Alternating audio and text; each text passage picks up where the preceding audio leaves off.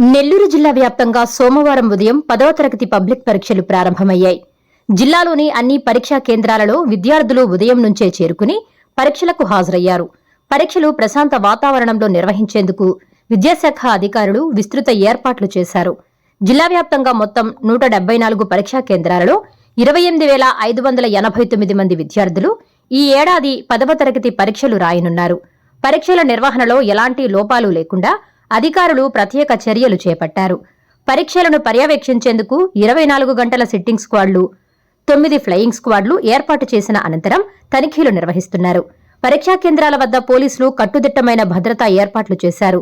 కేంద్రాల పరిసరాల ప్రాంతాల్లో 144 సెక్షన్ అమలు చేస్తూ అనవసరంగా గుమికూడకుండా చర్యలు తీసుకున్నారు. మాస్ కాపీయింగ్ వంటి ఘటనలు జరగకుండా అధికారులు అప్రమత్తంగా వ్యవహరిస్తున్నారు. అదేవిధంగా ప్రతి పరీక్షా కేంద్రంలో త్రాగునీరు, ప్రాథమిక వైద్య సదుపాయాలు, అవసరమైన సౌకర్యాలు కల్పించినట్లు అధికారులు తెలిపారు.